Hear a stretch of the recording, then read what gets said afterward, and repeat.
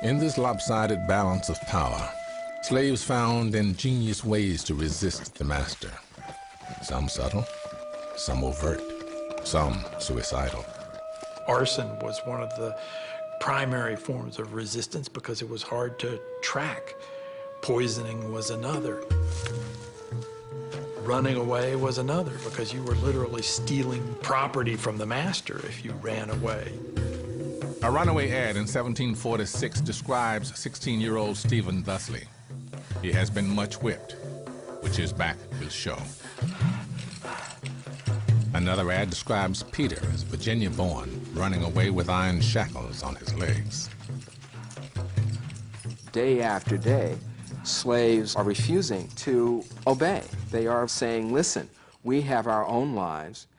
We will not go that far. We will not submit totally. Slave and master knew each other well. Using this familiarity, slaves constantly tested the boundaries. They negotiated with their masters for more time to work on their own gardens or to sell and trade produce they cultivated. It would seem that somebody who's a slave would have no power and would have nothing to negotiate.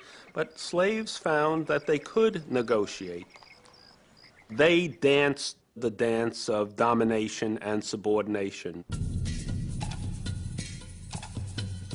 One of the most profound forms of resistance was the preservation of African religions, values, and beliefs. What it did is create an internal universe which is separate and apart from and beyond the control of a white master. Yet, something else was emerging.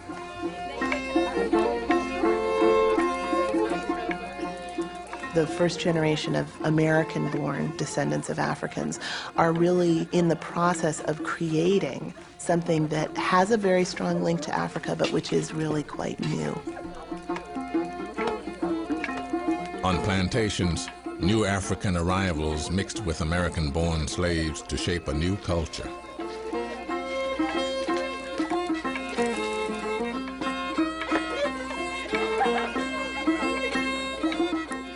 The Jefferson family may have a violin from Europe, you know, and someone plays that fiddle.